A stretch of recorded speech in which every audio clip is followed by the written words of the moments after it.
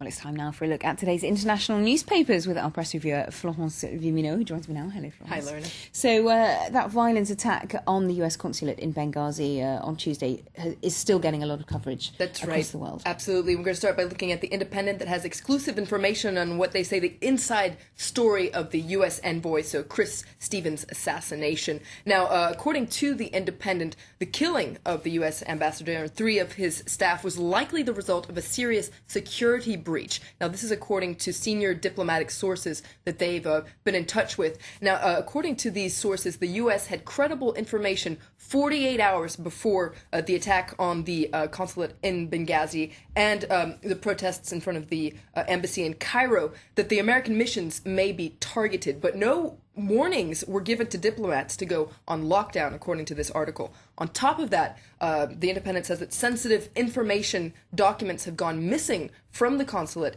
in Benghazi. Now, that includes the supposedly secret location of the safe house in Benghazi where staff was evacuated to. That came under attack after that. On top of that, there were lists of Libyans that were helping the Americans, and now they're at risk from extremist groups. Okay, well, moving to America itself, the Republican presidential nominee Mitt Romney is coming under fire a little bit for the critical comments that he made of President Obama's handling of that attack in Libya. That's right. Romney said that Obama's handling was disgraceful and apologetic.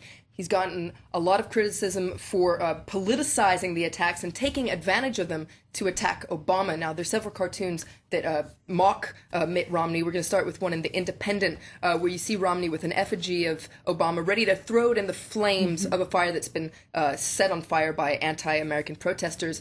Now, the International Herald Tribune has a cartoon that points out that his comments probably have turned against him. There you see a very solemn Obama giving a speech, and right next to him is Romney disguised as a clown, desperately trying to grab people's attention. He's saying, "But seriously, folks, let me tell you, first of all, how all this is Obama's fault." And there's a little commentator right at the bottom there that says, "Behold the clown who would be president." Okay, so not good coverage for him.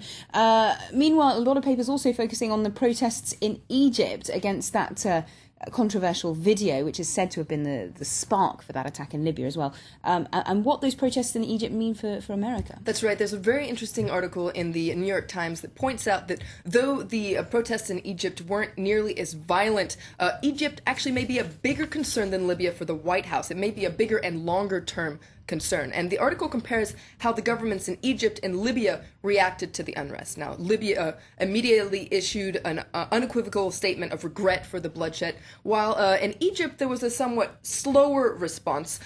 President Mohamed Morsi waited 24 hours before putting a mild rebuke to rioters on his Facebook page. Now, he said that he was for peaceful protests, though he was against the attacks. Now, on top of that, his movement, the Muslim Brotherhood, has called for a second day of protests against the video. Now, it's also interesting to point out that Obama's tone in reaction to these reactions was also different. First of all, like, for instance, for the Libyans, Obama expressed his appreciation for all the help that they'd done, whereas to Morsi, he talked to him on the phone, and supposedly there was no mention whatsoever of appreciation. So according to the New York Times, what's clear is the relations between Egypt and America are changing, and that could very much change the whole situation in the region. Okay, and finally, an interesting piece in the Christian Science Monitor about how Muslims in America are reacting to these events. That's right. The Christian Science Monitor wonders if freedom of speech and the reverence for Muhammad